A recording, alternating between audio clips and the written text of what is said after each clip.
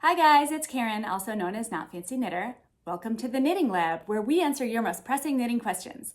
Today's all about joining in the round. So most patterns will tell you cast on a certain number of stitches and then join in the round. But there's lots of different ways to join in the round, so which one's the best one? Well, this video is going to answer that question once and for all. I asked people in my Instagram stories how they joined in the round, and there were 4 techniques that came up again and again. So I'm going to try each one of these joins, knit a little swatch, and then we'll take a look at the results and see which one is best. Spoiler alert, there is one clear winner, so you're going to want to stick around and find out what it is. The first technique for joining is the easiest. I've cast on 88 stitches on a 16-inch circular needle like the one you'd use for a hat. And we're just going to keep on knitting. So I take my first cast on stitch on my left needle and knit.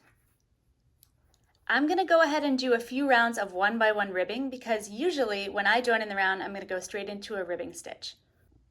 I did 4 rounds of 1x1 ribbing and then I bound off so that we could get a closer look. So this is my join.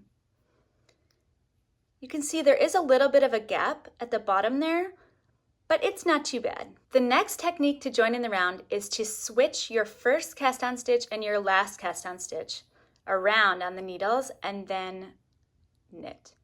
So I'm going to take that first cast on stitch off. It's not going to go anywhere because it has my slip knot, so it's pretty secure.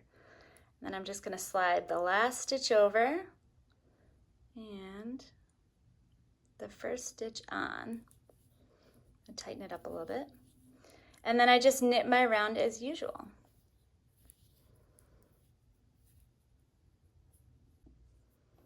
This is what we have after 4 rounds of 1x1 rib, and if you take a look, there's a pretty big hole right there by the tail. And even if I tug on that tail, it doesn't tighten up. So that's what we're left with. For our third technique, you cast on an extra stitch. So I've cast on 89 stitches in this case. And then you start knitting as usual. Oops. But then when you get to the end of the round, you're going to knit your extra stitch together with the first stitch of the second round, hopefully closing up that gap. So now I've knit all the way around my round in 1x1 rib. This is my 89th stitch on the needle right there, and this is the first stitch of my second round. And I'm going to go ahead and knit those two together.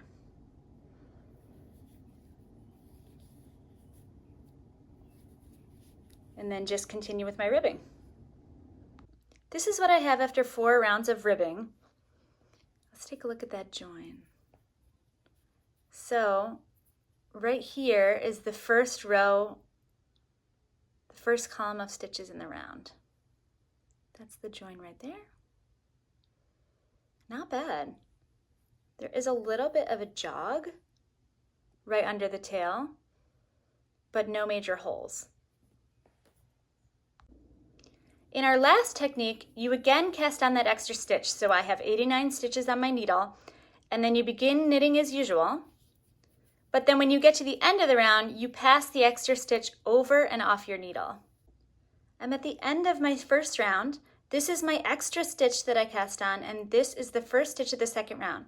So I'm going to go ahead and knit that extra stitch, then pass the first stitch over to my right needle and pass my extra stitch over and off. This is a little bit tricky, but I just pass it over and off my needle, tighten everything up as best I can, and then I keep on knitting. And this is the sample for the 4th technique. And if you get the tail out of the way, that is a beautiful join there. You can barely see that anything at all has happened. There's no holes, and there's really just a slight rise right there. Oops. Right there. But that just looks like normal variation in knitting.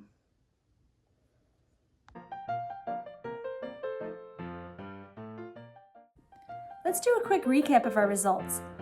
The first join, where we just kept knitting, keeping it as simple as possible, resulted in a small hole, not too bad, and a small jog. So all in all, not terrible, but I feel like we could do better. The second join, where you switched the first cast-on stitch and the last cast-on stitch on the needles, eliminated the jog, but it left us with a pretty large hole. No thanks. The third join, where you cast on an extra stitch and then knit that together with the first one of the next round, eliminated the hole, but it left us with a pretty big jog if you take a look at the photo. But then finally, our last join and clear winner was casting on an extra stitch and then passing that one over the first stitch of the next round. In this case, there was no jog, no holes, and it was a completely seamless, professional finish. So if you have a question for the Knitting Lab, please put it in the comments below. I would love to know what burning questions you have. We'll do our best to answer them. If this video is something that's useful to you, please think about subscribing, liking the video, leaving a comment, because it helps others find us as well, and it tells me that this kind of content is something that works for you. I am Not Fancy Knitter on Instagram, TikTok, and Ravelry. There's also an email for this channel at ayarntail@gmail.com. I'd love to hear questions or comments. Take care and happy knitting!